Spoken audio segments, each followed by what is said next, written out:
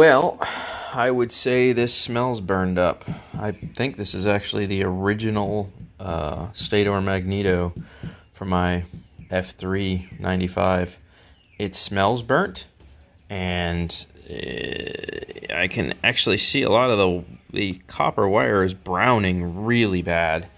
And if you look at the end of this, I think this is still factory sealed, but I would say that this was getting a bit hot and weird. Couple connectors getting a little on the warm side, but if I smell this, it smells very warm. So glad I removed this from the bike, and I've got one on the way. We'll pop the new one in, and then we'll redo the wiring on the bike. Something tells me that's going to solve our issue here.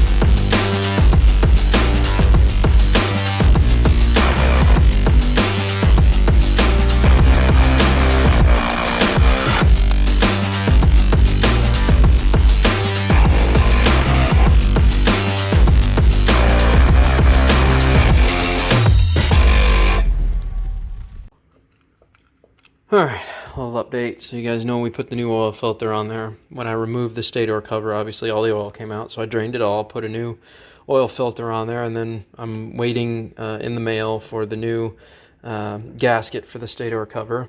I have the new connector that gets connected to this one, and as you guys remember, I'm not going through the wiring loom. This is going to go directly to the rectifier this time with one connector. And the reason I'm still choosing to do one connector instead of direct wiring all the way up to the rectifier is because if there is a failure point, I would rather have it be this connector because this is replaceable. I don't want this shit running through the wiring loom anymore because I think it was creating problems by going through the wiring loom. So in the bike, there's a wire that attaches directly into the main source of the wiring loom, and I think that was getting hot and causing problems. I also think it was probably grounding out on something inside there, which was creating a huge issue, which is backfeeding problems across the board. So new Stator has been installed. I pulled off the old gasket. That's all done and cleaned. I went down and bought some 11 foot of 12 gauge yellow wire, which is exactly what's on here. So we got more 12 gauge. So we'll be putting 3 lines onto this, putting the pin connectors in there, attaching this to this, and then I ordered a new rectifier. Should be coming in the mail, but I just went down and sized up the rectifier. So there you go. If you wanted to see which ones I picked up, there's the part number. Those are the exact ones that this bike needs. And then of course I had splicers, I didn't have crimpers, so I made sure to get one from 10 to 12, which is what this is, I believe, 10 to 12. I want to say these are 10 to 12. 10 to 12? Yeah, 10 to, or 12 to 10. So I've got some crimpers that'll work. Those pins fit directly in there perfectly with space in between them, so no issues. And then on the power supply plug that's still attached to the bike, because I'm not having any issues with those connectors, we're going to give them a good cleaning, and then we're just going to pop them right on there. And the whole thing will be direct wired with one connector in between. So we should be okay this way. It doesn't matter which phase wires go where, they're all producing the same thing regardless. So you can totally mix these wires up all you want. As long as they get connected to 3 pins, you're good to go. So that's what's going to happen. I think that'll stop all of the craziness going on with this bike and fix the electrical issues. And then after that, all we're waiting for is the new plastic, so I can put the new turn signals that I ordered on the front panels. The new turn signals are on the back. And from there, it's just pretty much put this bike back together slowly, attach everything, make sure everything works, check the charging system, make sure that works. I mean, by replacing the entire charging system, I think we should solve our problem and not have any more issues with the bike, because I'm bypassing the wiring loom.